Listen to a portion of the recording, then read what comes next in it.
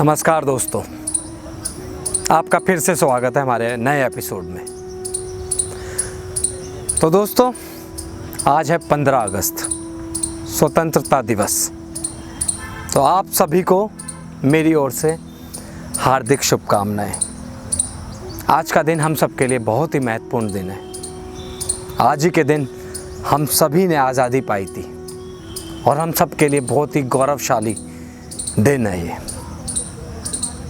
तो आज 15 अगस्त के दिन पहली बार मैं सुबह सुबह श्लोक पढ़ने के लिए उठाऊं और अधिकतर जो कि मैंने वीडियोस बनाई हैं, आफ्टरनून बनाई हैं, इवनिंग में बनाई हैं, बट आज का इतना महत्वपूर्ण दिन है तो आज के दिन की शुरुआत हम अपने गीता के श्लोक से करेंगे, श्रीमद् भगवत गीता के श्लोक से करेंगे।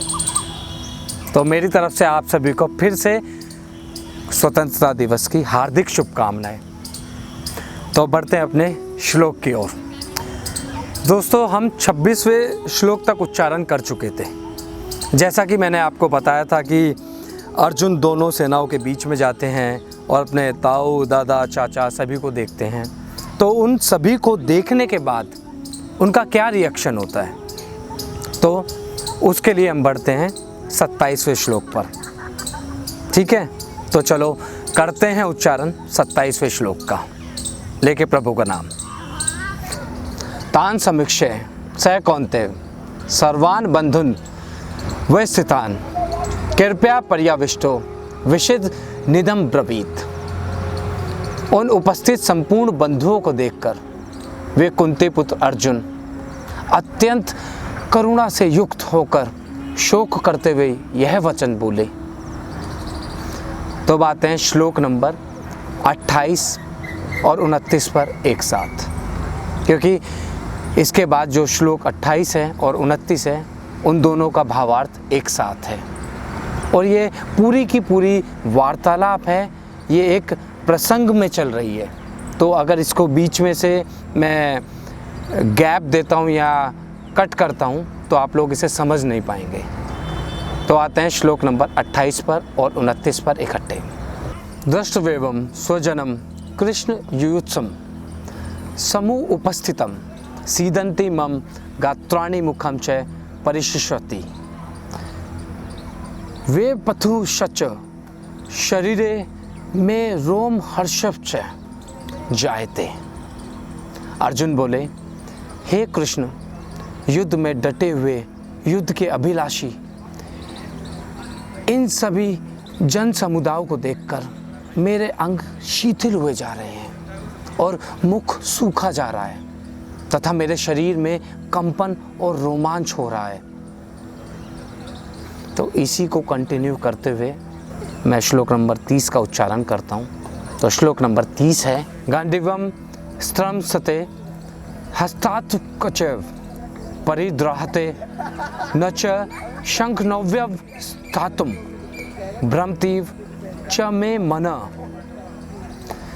अर्जुन कहते हैं, जो कि इससे पहले श्लोक में उसी को कंटिन्यू करते हुए कहते हैं, हाथ से गांडीव धनुष गिर रहा है और त्वचा भी बहुत जल रही है तथा मेरा मन भ्रमित सा हो रहा है, इसलिए मैं खड़ा होने में भी समर्थ नहीं हूँ। तो इसी तरह कंटिन्यू करते हुए अगले श्लोक में कहते हैं, निमित्तानि च पश्यामि विपरीतानि केशव न च श्रेयानु पश्यामि हत्वा स्वजन महावे।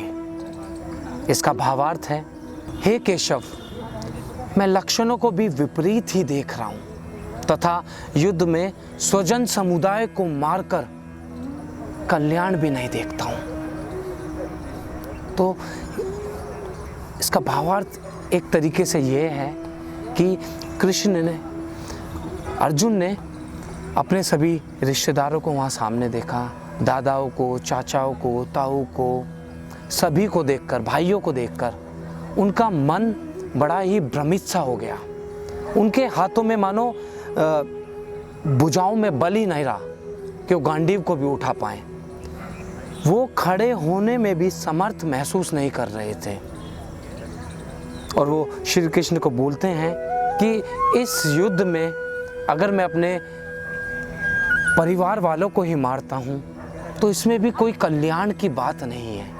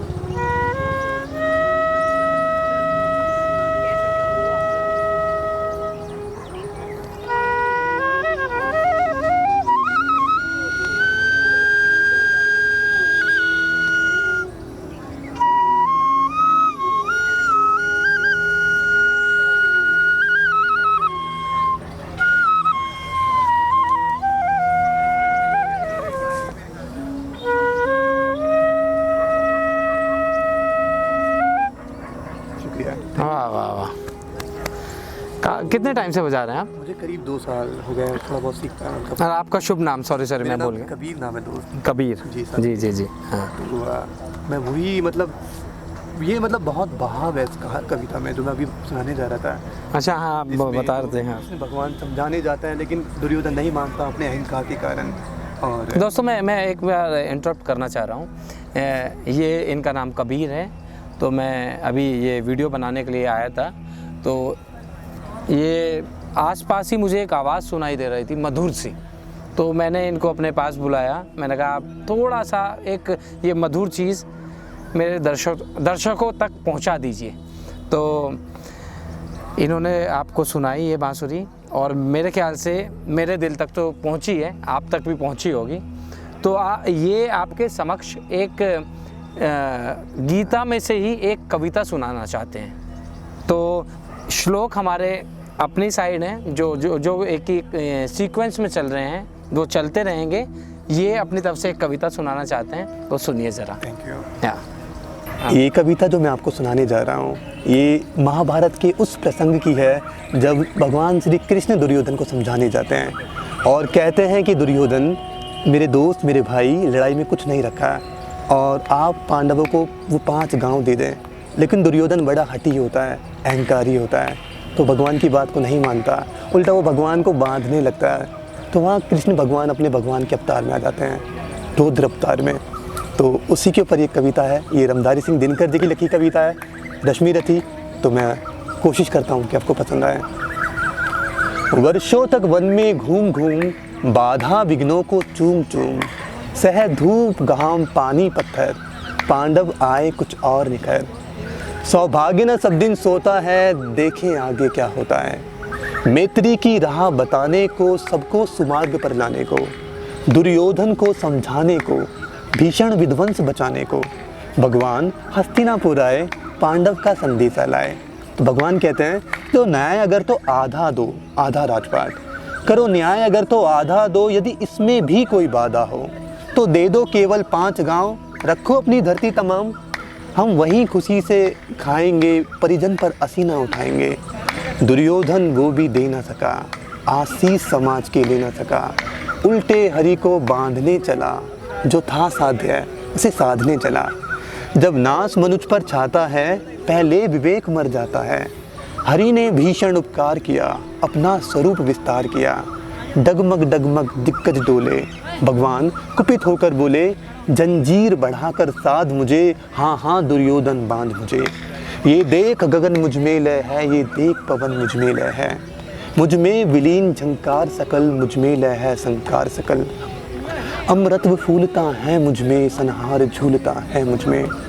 उदयाचल मेरा दीप्त भाल, भूमंडल वक्ष स्थल विशाल, भुज परिधि बंद को घेरे हैं, मैं नाक मेरू पग मेरे हैं।